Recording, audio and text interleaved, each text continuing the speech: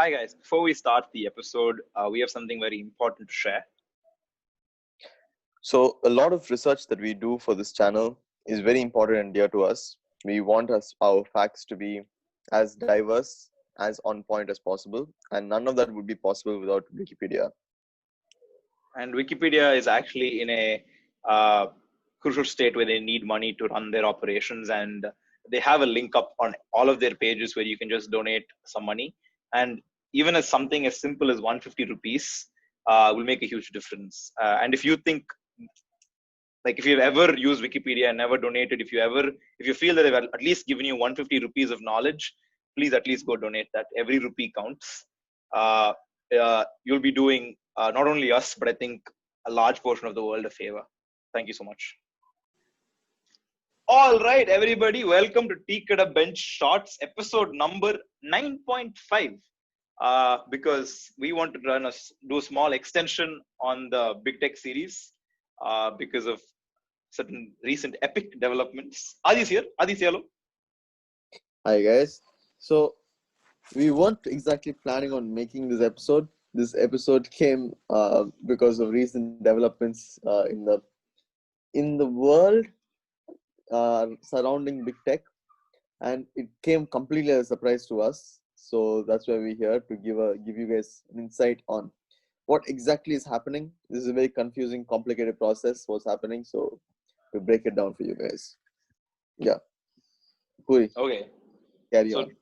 So if you guys have not already listened to the former Big Tech episodes, I recommend listening to the one on Apple because this surrounds the App Store primarily.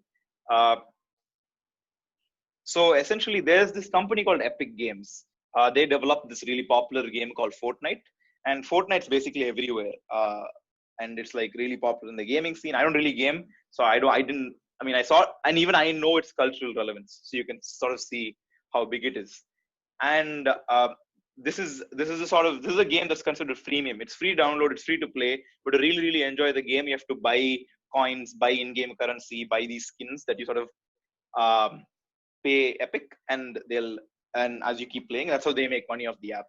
And as discussed previously, Apple sort of puts a 30% commission fee on all these in-app purchases. And Epic isn't, and obviously, and now imagine the amount of money, because this app is so big, so many people play it. Imagine the amount of money Epic was losing. So Epic didn't really like this, right? And they tried combating it on the Android side, because Android is an open source operating system. It's not developed by Google, actually. It's just headed by Google. So you can actually sideload apps. That means you can download it from a web browser, or you can have an alternate app store.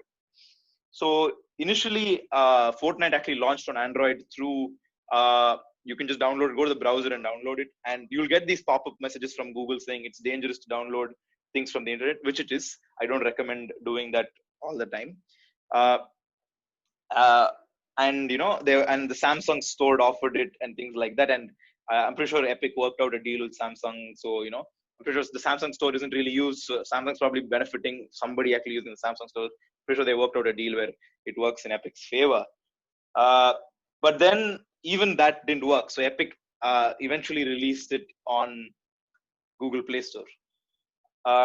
Certain things happen and Epic's really angry. So all of a sudden, Epic just says, fuck it, essentially, and violates the policies they signed to and provided their own payment system. And they sort of did it in a smart way where none of them, I'm actually surprised. So actually, Google and Apple have rigorous app checks before they publish an update. I'm actually really surprised it just flew under their radar. So they sort of had this epic drop, apparently, where everything's 20% off. And if you want everything 20% off, you have to use their payment system. And Google and Apple got really pissed, and Apple obviously got really pissed. Their reaction to what Spotify did, with complying with their policy itself is that big. Imagine they violated. Apple's like, okay, bye. They just shut it out of the App Store. And if so, now you can technically play Fortnite on your iPhone if it's installed, but you can't download it from the App Store. You won't get any updates, and so has Google done that. So this is the first part of the story. Adi, what do you think so far? So far, I think a lot of people are going to villainize Apple due to a lot of reasons. First reason being Fortnite's crowd is mainly a very young crowd who isn't exactly going to understand a lot of this. Second reason being we always have this mentality to villainize the wealthy, and we always have this mentality to give the benefit of the doubt to the underdog and not to the more powerful person, even if they are in the right. And I think in this case, Apple is in the right because they actually do have rules and regulations, right? And this is just a company foregoing that rules and regulations for their own benefit. There is nothing morally or ethically right in place for Epic. I think Apple is in the right here. Yeah, I completely agree. And I think Apple and Google are on the right here completely, pretty much, because the terms were established when the app was launched itself. It's not like they suddenly changed the terms and conditions of their app store. Uh, Epic agreed to these terms, and then Epic was like, and then they violated them by putting their own payment method. So I think it was right of them to remove them from the app store. But what's really shady here is Epic itself, because as soon as they got removed from the App Store, they sued immediately. Like it wasn't like, oh no, we're sued, and then they'll call their legal team, and 2 weeks later they sued. They sued pretty much instantaneously, and they had an ad ready. And this ad mocked an iconic Apple ad called 1984. Go check it out; it's amazing. And it was a mockery of that. It was a parody video. They had that ready, and they launched it.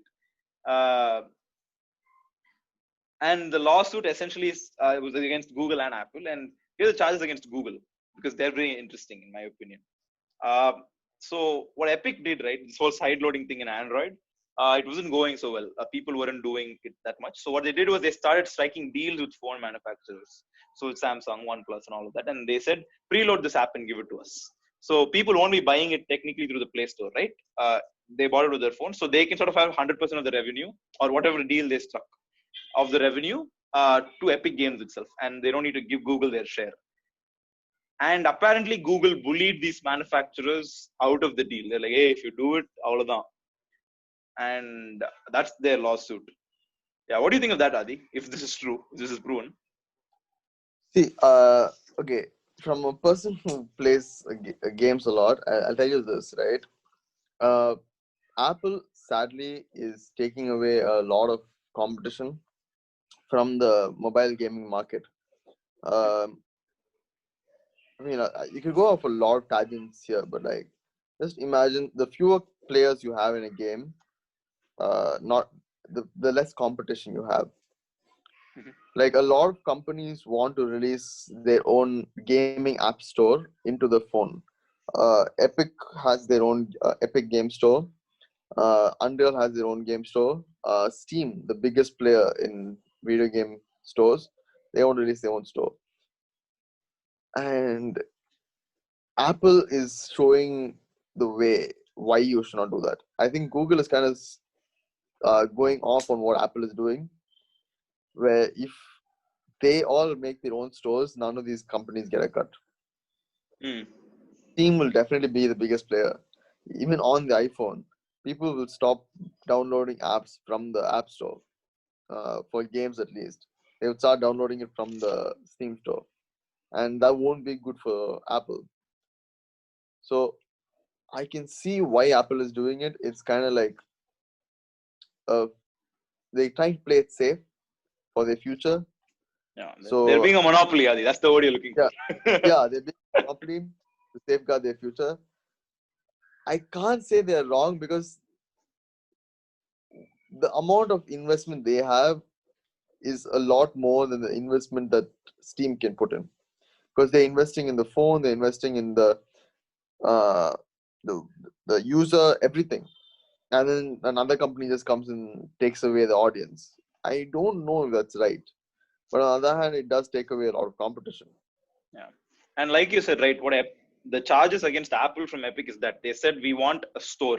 Uh, we don't want this whole. We don't want like cheaper tax and all that. We just want a store where we can sell our games on our terms.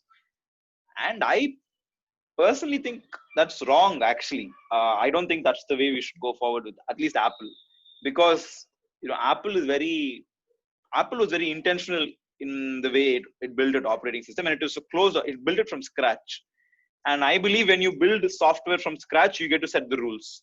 Like it's not an open source setup like with Android, right? Like Android, you can actually you don't even need to go through Google. You can download whatever software you want.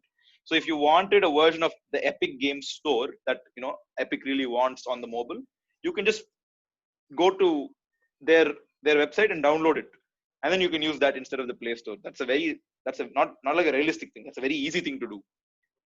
But with Apple, they said you couldn't even download files for a long while in Apple, and and I think that's fair. You play by their rules if they built it from scratch, and I think that's a fair ask. And then a fair ask, that's I think that's how computing should be. Where if you build an open standard, it needs to be open. But if you intentionally build a closed control standard, you get to keep it closed and controlled. Uh, Maybe that's just the capitalism part in me talking, or the computer science student in me talking. But I think it's a fair thing, and it's really unfair that Apple is doing all these things. I mean, Epic Game is doing all these things to the way they're sort of villainizing Apple as if they're not letting them sideload apps. Like, think about it, right? Okay, let's say you have external apps running on the App Store. You'll need Apple will need if you force Apple to have this external store, right? You'll need to force Apple to focus their development in one direction, which I think is a big no-no. You can't say what a company should be developing. That's way too authoritarian. Yeah, so that's basically that's basically what I think of it. So actually, to be very honest, it's actually quite a complex problem, right? Because this can never happen in the real world. You don't have an idea where uh, actually wait, you can equate this to the real world. It's more like if you're born in India, buy local. Like if you're born in America, buy local. It's the same movement where Apple is just saying if you're going to use the iPhone, use the apps that we're going to let you use. If you're going to buy Google Play Store, use the apps that we're going to let you use. I think that's the closest thing, but the only difference is if a country makes it law, right? Let's say India is like you cannot buy another country's goods in our country. I think that's the close equation to this. Yeah. Where Apple is just trying to profit and Epic is just trying to be very greedy. Honestly, I can't find how Epic is going to win this case because there's nothing on their side. They agreed to the terms, they agreed to the conditions. They can say this is overly monopolistic in the looking back at it, and that's exactly it. You can't really say now I realize that it's bad. I want to move away from it. Yeah, and it's not even like the Stadia or the Xbox One scenario, right? For those of you who know, a quick summary. Apple essentially said that it won't allow this app called Xbox One, which is not in a store, which is a streaming platform. It's sort of like Netflix, but for games. Where imagine you can go to Netflix and watch a movie. You can go to the Xbox app and watch a game. But instead of play pause, there are these controls that you can sort of do. So all the computation, everything is done behind the scenes and it's streamed. So it's essentially a reader app, like we mentioned.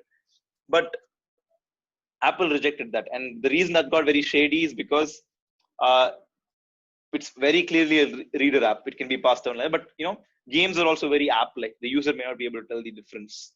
So those are two things. And another thing is Apple. The reason it's very monopolistic-ish is same like Spotify. Apple also has this sort of subscription game service called Apple Arcade, which this was so it looked very anti-competitive. So you can sort of make these cases there, but this is straight out. This feud between Apple versus Epic is honestly, Epic is sort of trying to. It looks like Epic is sort of leverage this whole negative impression that Apple sort of has because of the antitrust hearing, and see if it can make a huge dent in the way Apple operates. And I think, and I have a lot of respect for the Apple ecosystem. I'm a huge advocate of open computing systems. So, but despite that, I think what Apple has done is remarkable, and I wouldn't want one greedy, slightly immature corporation to destroy what Apple has built. I mean, it's going to be very hard to destroy what Apple has built. Like, Hmm. I think yesterday, day for yesterday, Apple became the first American company to hit the 2 trillion 2 trillion, yeah. in stocks, I guess. Yeah. And for just a perspective of what that means is, India is at 3 trillion. So the GDP. difference, GDP. That's yeah, the, please say that. India's a 3 trillion. I thought people just understand that, but okay. India is a 3 trillion GDP. So Apple is 2/3 the way away from India, one of the biggest developing economies in the world. And if Apple was a country, it would be the eighth highest in GDP. I think it's above Italy, Brazil, Yeah. and that is just unbelievable. It's like, you know, that fact. Pepsi used to have the sixth biggest navy in the world once upon a time, Oh, and nice. like, Adi's trivia section. Slightly, very nicely segued. yeah, but yeah, Pepsi used to have the sixth largest navy in the world because of a weird deal.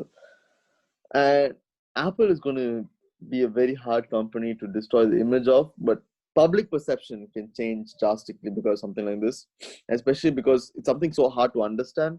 People will just be like, okay, this is hard to understand, might as Yeah. well just take the higher road and not look back. So Yeah, or basically, this, they look at the headline and call it a day. You know what I mean? yeah, look at the headline called today because honestly, the article is quite complicated. Yeah. But I Yeah. hope people look into the article and realize that Yeah. this is not exactly Apple's fault. It's just that they're the bad spotlight right now. Yeah. And yeah. Another thing, right? These companies have done a lot of good things also for humanity, and I hope, um, unlike me to say this, but I hope greedy capitalism doesn't destroy this. But yeah, I think on that note, we'd like to end this.